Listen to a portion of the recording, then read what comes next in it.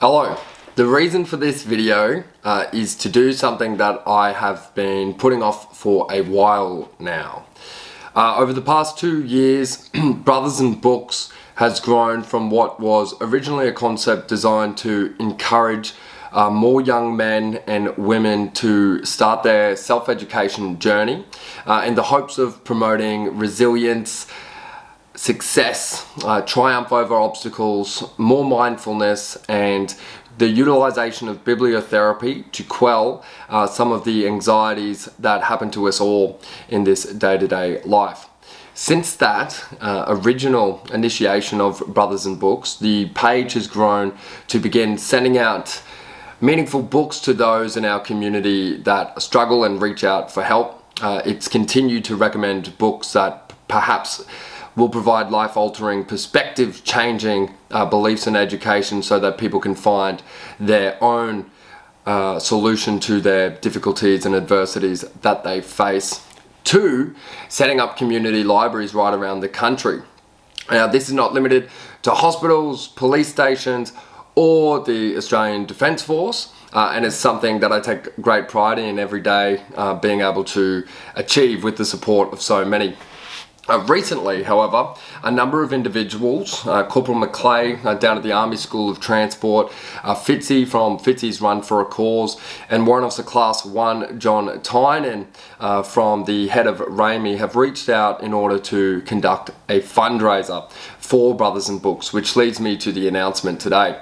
Brothersnbooks is a registered charity. It has been a registered charity for up to 6 months now, I believe. The reason that we haven't announced it before is because of my own sort of ego and also my observations of the charity space. Unfortunately, what I've observed over a number of months is the preference for charities to continually make the priority of effort towards fundraising and donations and corporate sponsorship, as opposed to the philanthropic purpose that they originally set out to achieve.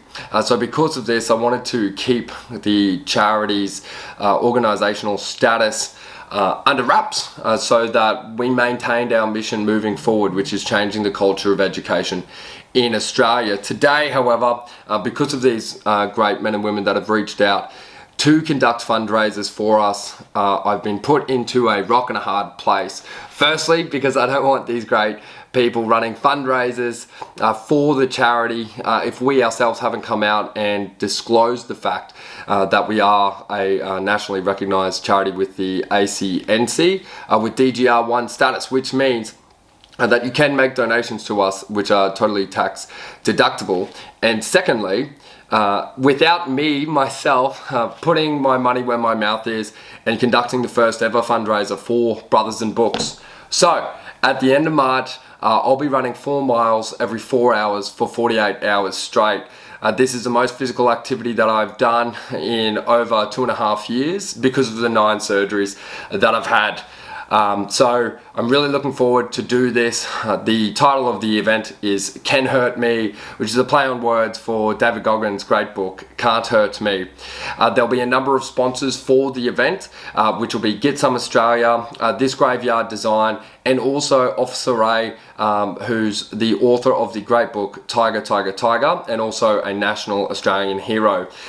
So this will be happening at South Bank in Brisbane. If you can't come down to join me at any of the times, that's totally fine. Feel free to run your own little 4-miler wherever you may be and participate how you see fit.